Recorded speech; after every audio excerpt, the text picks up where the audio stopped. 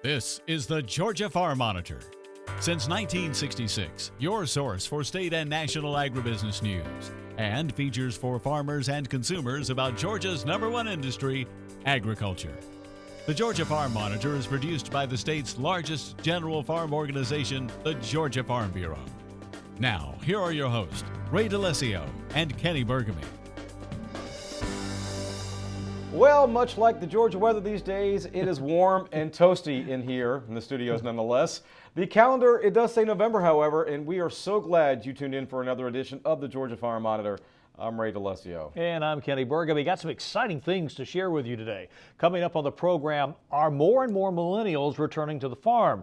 Some studies suggest there is slow, steady progress. We'll introduce you to one Emanuel County farmer who says he wants to be a voice for those wanting to return to the farm. Also on the show, imagine a cabless tractor that you control from the comforts of your own home. It's coming. We'll hear from one equipment specialist on why this is the future of farming. And then later, not only will you want to kiss these grits, you'll fall in love with them. Damon Jones on how this popular grist mill in Statesboro continues to thrive after a quarter century. These stories and so much more starting right now on the Georgia Farm Monitor. Well, as you know, the Young Farmer and Rancher program here in Georgia and around the country is geared toward providing leadership, educational, and social opportunities for men and women between the ages of 18 and 35. Now, a part of that is the Excellence in Ag Award, given annually to an individual or individuals who support Ag and Farm Bureau, but who also earn the majority of their income from something other than production agriculture. Mark Wildman profiles the 2016 Georgia winner, Bennett and Rebecca Jacobs.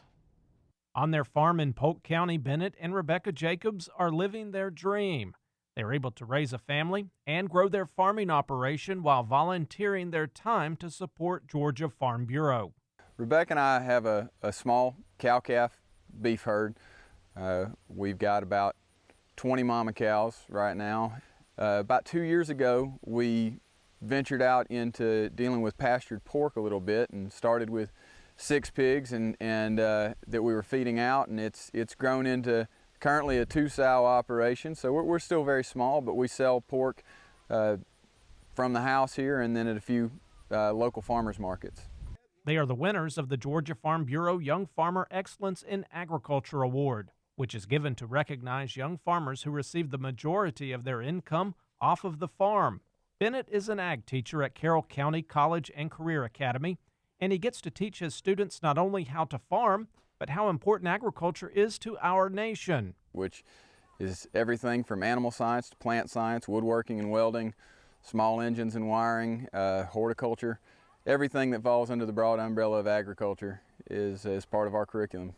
It's easier to relate to a student when you're not just teaching them some abstract concept that comes out of a book. I can show them pictures and video on my phone of things real world happening day to day on the farm, and every so often I get to take them here and let them see it in person, and if not at my farm, another one closer to the school.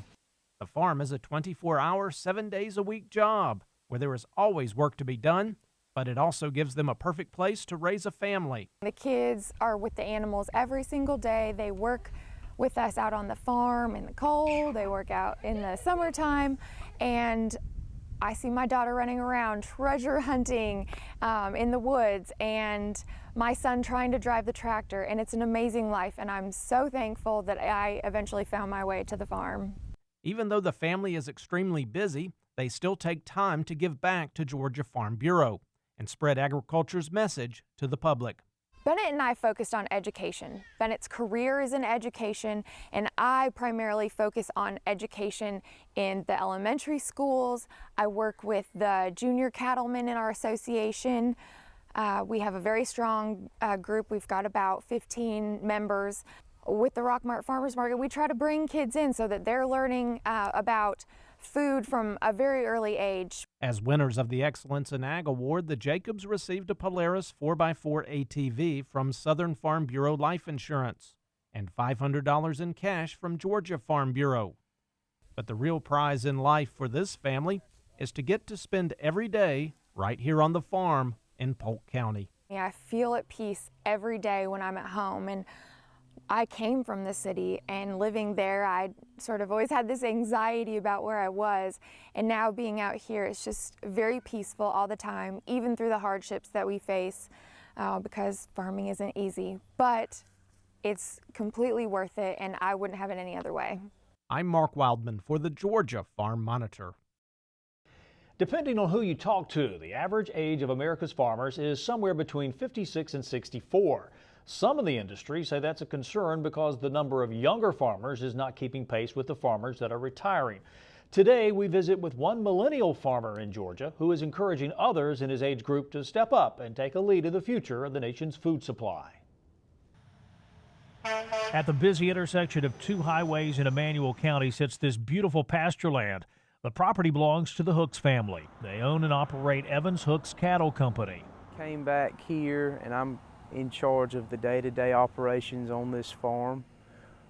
This is a very diverse operation. We own 350 mama cows, background, a few hundred head. Have our own marketing business that we're involved with. We buy and sell cattle, also video cattle and sell load lots online.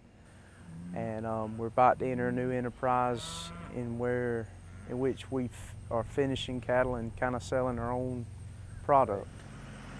Mainly checking on every single head on this farm, which is about 2,000 head right now, is the main goal or objective that I try to accomplish every day, looking at every animal. A recent national news outlet reported encouraging news for the ag industry. It cited the latest agricultural census numbers from 2014. They indicate the number of young farmers under age 35 in the U.S. increased 1.5%. Something Addison Hooks is hoping could be the start of a slow trend of so-called millennial farmers deciding to stay connected to the outdoors by choosing agriculture as their livelihood. I wanted to go to the University of Georgia. I wanted to get a degree in animal science. I come from a long line of UGA grads, so I kind of I didn't want to be the outcast. I wanted to go in and follow in the footsteps and do what all of my family has pretty much done. Hook said he knew at an early age he wanted to come back to the family business. I knew before I entered high school what I wanted to do. I went into college thinking maybe a profession in the veterinary industry, but that kind of changed, and I got my 4-year degree and I came back to help Dad, and there wasn't a lot of changing going on in college for me. I kind of knew what I wanted to do. The millennial farmer told me it's the values his grandfather and father taught him that make a difference in his approach to life and living out his passion. It's never been about the money as much as it has been doing what you love. That's something that my dad and my grandfather have tried to instill upon me. You know, do what you love and love what you do. And this farm, like I said, has always been my top priority to come back and run it. And I'm an outdoor person. I don't want to be shut up in an office all day long, and I enjoy doing this. And I believe that if you enjoy doing it, you know, the money will come. In other ag news, education is key to understanding FFA drone regulations. Yeah, that's right, Kenny. And according to American Farm Bureau, drone users need to be aware of the specific regulations under the new Federal Aviation Administration rule. Michael Clements explains. Drone users must abide by specific FAA regulations under a rule announced in August. Agriculture is expected to be one of the fastest growing industries to adopt drone technology. And what the FAA was focusing on was, what does the rule mean? How does it apply to them as a user or as someone who wants to use it for a commercial purpose? So folks get a clearer understanding of what rules of the air they need to abide by. Carney says it's important that farmers and others in agriculture understand the regulations before flying. Drones are not toys. They are aircraft and need to be treated as such. So they need to know what the rules of the airway are going to be. There are crop dusters that are going to be be sharing this airspace. So it's critical that any farmer not endanger the life of a crop duster, for instance, or anyone else that may be on the ground. He says there are many ways you can learn about the rule. I highly recommend going to www.faa.gov/UAS. This is the main web portal for information. In addition, there's an app for all smartphones, the FAA Before You Fly app, and that's a simple one-touch button that will allow a user to know whether or not they can operate a drone in the location that they're currently stationed. Michael Clements, Washington.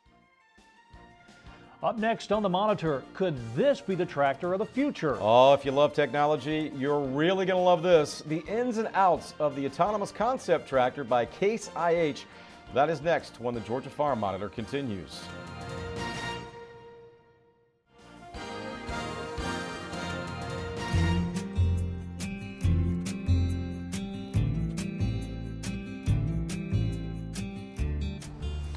Hey everybody, I'm Walter Reeves at Woodlands Garden in Decatur. There are a few plants in the South that are more emblematic of the South than the southern magnolia. You recognize these glossy green leaves, gorgeous plant. You see them planted in front of churches, in front of houses. Many times you see them planted in places where they got way bigger than the person ever expected them to be, because the southern magnolia is not a small plant. But did you know there are other kinds of magnolias in the South as well? In particular, there's one called the big leaf magnolia. And the big leaf magnolia is gigantic. The leaves on it are enormous. Sometimes the leaves are as long as 2 feet long. Look at this one right here that has been dried on the ground for a couple of months. You see that pine cone next to it? See how big it is? 2 feet easily, and sometimes as much as 12 inches wide. So these deciduous magnolias lose their leaves in the wintertime, as opposed to the evergreen southern magnolia. Although those of us who own a southern magnolia know that they're not all evergreen, they do lose their leaves sometimes, and the leaves they lose have to be raked up and put back up underneath the southern magnolia, because nothing will grow underneath there. It's too shady. The only memory I have of a southern magnolia from my childhood, that's where all the bantam chickens lived. That's where all the banties went up into the southern magnolia and roosted at night to stay out of the way of the possums and the raccoons. So if you're looking for another native plant to put in your landscape, one that takes up not quite as much room as a southern magnolia, look for a deciduous magnolia. Big leaf magnolia or cucumber magnolia, both of them look great in a landscape. They have big white flowers just like southern magnolia does, and they're wonderful plants to have. One more thing, look at the flowers during the summertime when they come open. You'll never see a butterfly or a honeybee around that flower. Why? Because magnolias are so old that the only thing that pollinates them are beetles. Look for the beetles around a magnolia flower. It'll teach you a little bit more about the environment. More tips just like these coming up soon on the Georgia Farm Monitor.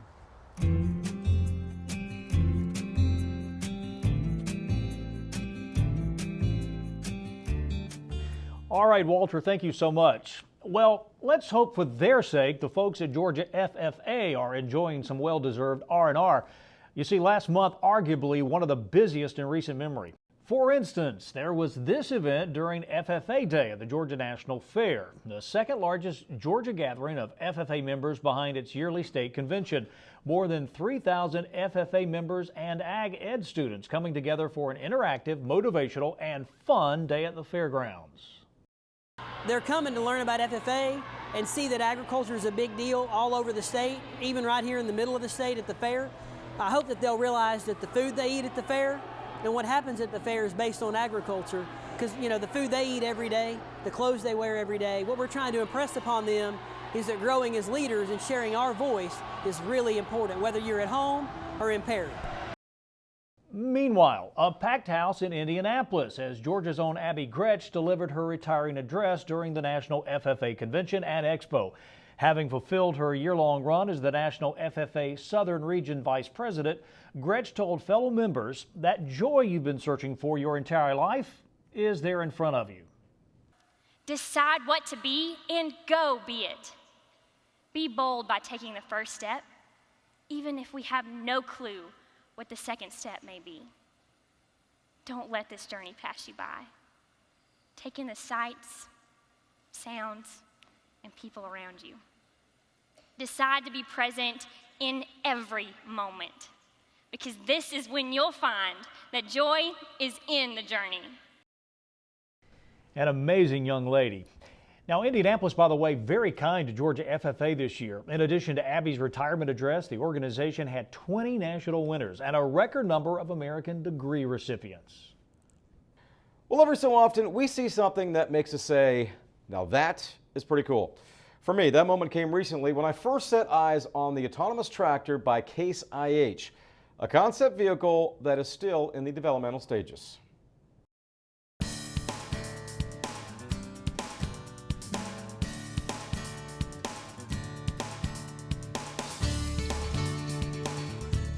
Oh, we were thrilled to be able to bring this out and show it. We first introduced it at Farm Progress, and we've made some other farm shows around the country with it.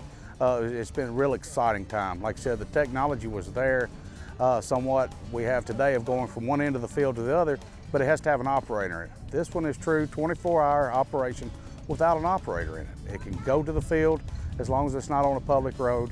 It's on the private roads, and some of these farmers and land that they have, you can set it up to work 3, 4, 5 fields and walk away from it.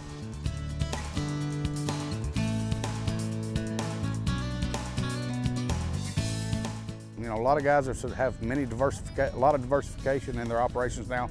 They have trucking companies, maybe some grain operations as well, livestock operations. They can check on this, operate it from their office while they're running their other operations as well. So it's well diversified, the control you have over it.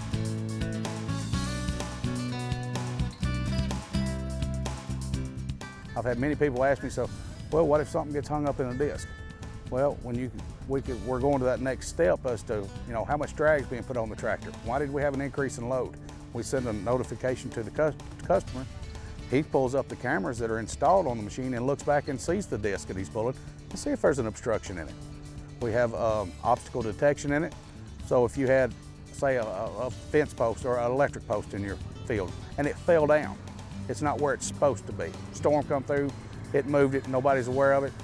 It detects it, it stops, sends a notification and waits for you to correct it.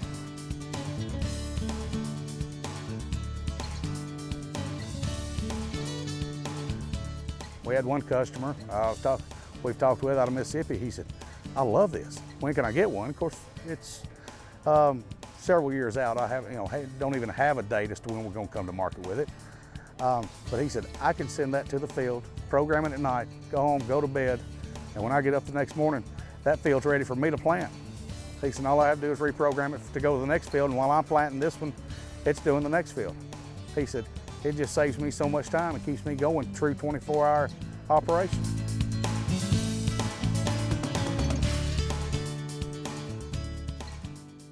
Well, just a reminder, if you missed any part of this story or others on today's program, you can still see them in their entirety at our YouTube channel. That is the Georgia Farm Monitor. Once there, you can browse the archive of stories dating as far back as 2009. And once you're done watching all those informative stories, keep clicking and like the Georgia Farm Monitor Facebook page. If you have a story idea or if you just want to leave us a message or comment, maybe a suggestion, feel free to send us a message either on Facebook or the address on your screen. That is news@farm-monitor.com. Up next on the show. We're not only trying to make certain that we're providing a product that tastes and is of the same quality as 100 years ago, but we're also trying to preserve the processes as well. When we come back, a trip to Statesboro to see why the grits made here are some of the best in all of Georgia. Stay tuned.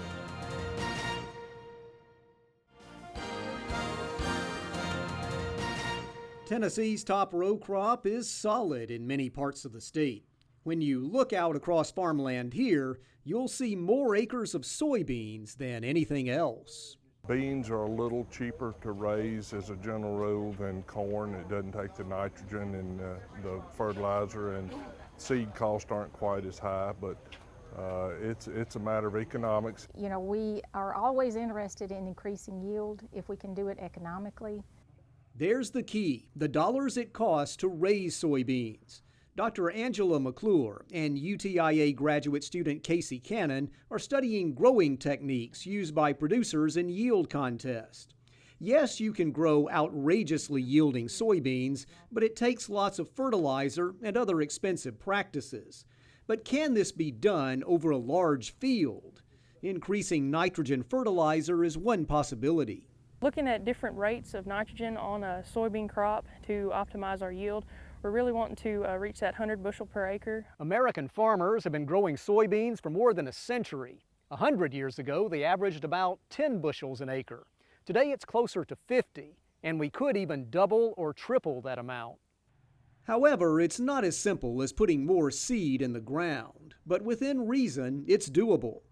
UTIA researchers are looking at narrow row planting, creating a small jungle of soybean plants just 15 inches apart, about half the normal space. If we have enough rain, the right variety that will branch, we can increase yield by doing nothing more than planting on a narrow row versus like a 15 versus a 30-inch row. The positive on the 15-inch row with the narrow row spacing, quicker canopy, quicker weed suppression. We think that we can lose less water if we cover the ground, shade that ground with leaves. McClure believes there's merit to using yield contest techniques in everyday farming, such as adequate seeding rates and planting early to lengthen the growing season. As our population increases, we need to grow more crops on the same amount of land, and science could provide the answers to just how we'll do that. This is Charles Denny reporting. Well, finally today, go to any breakfast spot around the state, and it's likely you'll find this Southern cuisine on the menu. Of course, we are talking about grits. Yeah, it's a product Freeman's Mill in Statesboro has been churning out for more than 2 decades by using a unique, old-school method. Damon Jones has the story. It's truly a taste of the South. Whether you top them with cheese, bacon, or even shrimp, grits have become a staple for cooks around the region. But despite its popularity, there aren't many grit mills across the state, which is why Stacy Freeman decided to open his operation more than 25 years ago. There was need. We were growing corn and wanted some grits, and there wasn't anybody who could grind it. And so we found a grits mill and started grinding it. Love the way it tasted. And so over time, people started finding out that we were doing that, and it just kind of grew from there to the point where we're now we're providing grain products to a lot of people. And now he's shipping his products to restaurants and schools all over the state. It's a demand that continues to grow because of the high quality and nutrition that is produced during the milling process. Our products are all whole grain. There's no additives in the product, so it's not enriched or fortified or no additives in it. So what the children and customer is eating is actually the grain and not something added to it because something's been taken away from it. As for the process itself, it's as old-fashioned as it gets. The corn is simply placed in the bin and crushed between 2 stones. So we get the bags locally shipped in, and then from there we pour it into our grinder, which is a flat stone cold grind mill. And it has like a horizontal stone, which one of them's a bed and one of them's a roller, and that's what produces produce the grits in the corn mill. With the corn being ground up in such a slow fashion, there is very little heat produced by the friction. That allows the corn to maintain its integrity, which results in a high-quality, delicious final product. I don't know, you just can't get nothing better than what our grits taste like because it's just pure corn, and you're not taking anything out of the product. You're actually making more of it, and that's one of the benefits that we have. Another benefit is the machinery itself. While most mills are water-powered and have a number of components, that's not the case here at Freeman's Mill, as they use the same technology you would have seen back in the early 1900s. It's that simplicity that not only produces high-quality products, but also keeps things running smoothly. Inside of a warehouse, it takes everything from power control panels to PLCs, all the way down to your microelectronics processors. And we don't need all that. It's just, we got a 60 horse motor that runs a line shaft, and the line shafts have the belts hooked up to them. And we just instantly know whenever something's not running right because it's a 1-2 thing, because it's A makes B move and B relates to A. So if you find something that's wrong, you only have two options. We're not only trying to make certain that we're providing a product that tastes and is the same quality as 100 years ago, but we're also trying to preserve the processes as well. Reporting from Statesboro, I'm Damon Jones for the Georgia Farm Monitor. All right, Damon, great job, sir. That is going to do it for this week's edition of the Georgia Farm Monitor. Here's a reminder for all the latest ag info regarding food, great recipes, and what's happening down on the farm. Check out our Twitter, Facebook, and Pinterest pages. You'll stay informed and see what's up in the world of farming and here on the Farm Monitor Show. Take care, everybody. We will see you next week right here on the Georgia Farm Monitor. Have a great week.